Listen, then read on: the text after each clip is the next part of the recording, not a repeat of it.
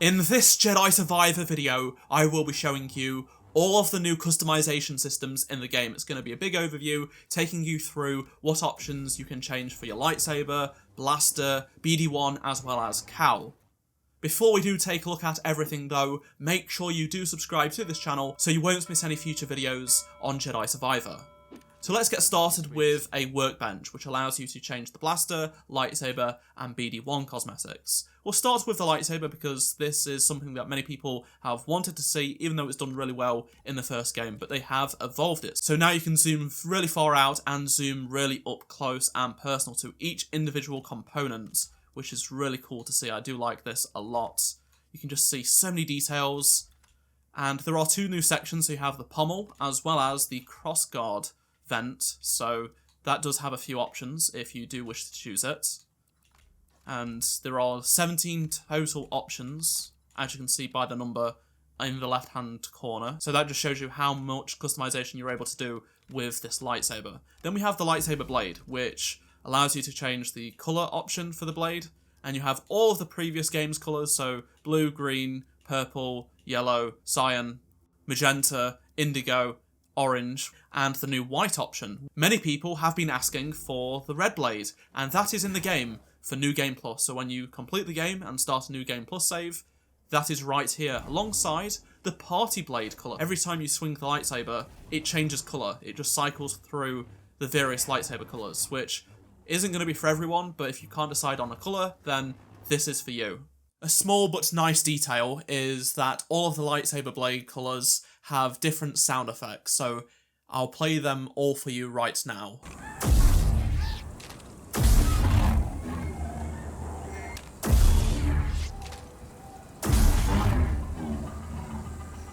New modifications couldn't hurt.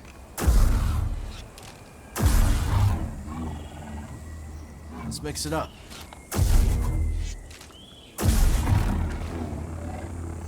Maybe we try some new components.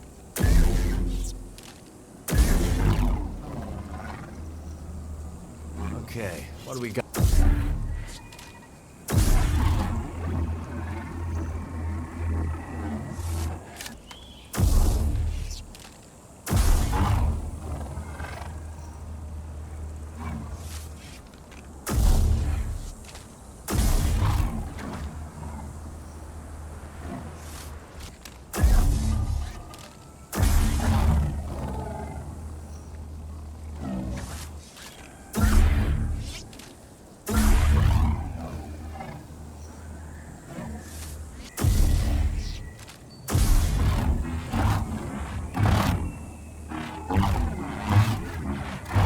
Then we have materials, so there are 5 categories: primary, secondary, accent, grip, and condition. We'll start with primary.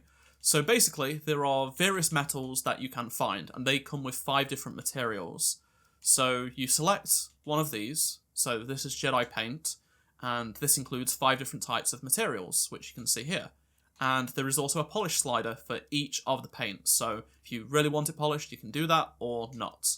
All of those systems, so the paints, the 5 materials, and polish slider applies to the secondary, which you can see here, as well as accent, which is more subtle, as well as the grip. So we'll put a blue grip there. And then condition, which I really like, is how you can make your lightsaber go from pristine, brand new, looks incredible, to well kept, worn, aged, and ancient, if you wish to do that. Another weapon is the blaster, and this has a very similar setup. So you can change various components, so you have the barrel right here with different options, plus you can toggle attachments, by the way. Some come with an extra barrel attachment, some come with a scope, which you can see right here. You can get very close up to them. There are 11 barrel attachments in total, same with the body, 11 there, and this is cool to see. 11 grips as well, so a few options to choose from. Let's select a couple of components that aren't in the base version of the blaster to change it how it looks.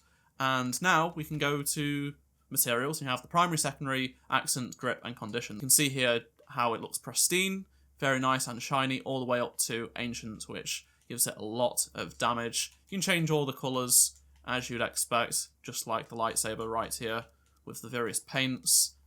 You can have some pretty bright looking blasters if you wish to do so. Next up is BD-1, who also gets so much improvement over the first game. So there are 5 sections that you can change of him, and 9 different variations in total. So you have photoreceptors, which you can change right here. Then we have a head, so I'm going to put on this head there. Audio sensors, there are various ones to choose from. One with like a broken antenna, things like that. We've got a Kamini-Owen one. Body, that's pretty cool. And then there is also legs as well. It completely changes his appearance, same with his colours. So you have the standard paint, and then there are a variety. So let's go to this one. It's really bright. Let's just go for something a little bit cursed. So you can also change it with the second accent as well if you wish to do so.